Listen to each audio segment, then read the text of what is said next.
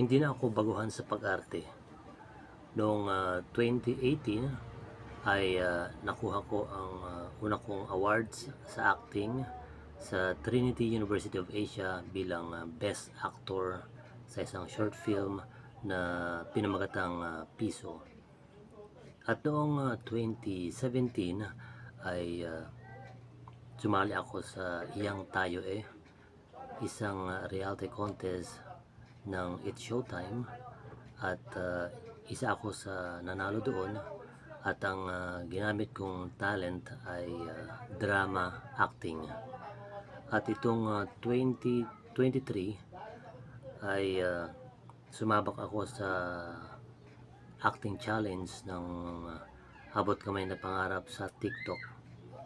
At sa tatlong nanalo ay isa rin ako sa nanalo doon. Kaya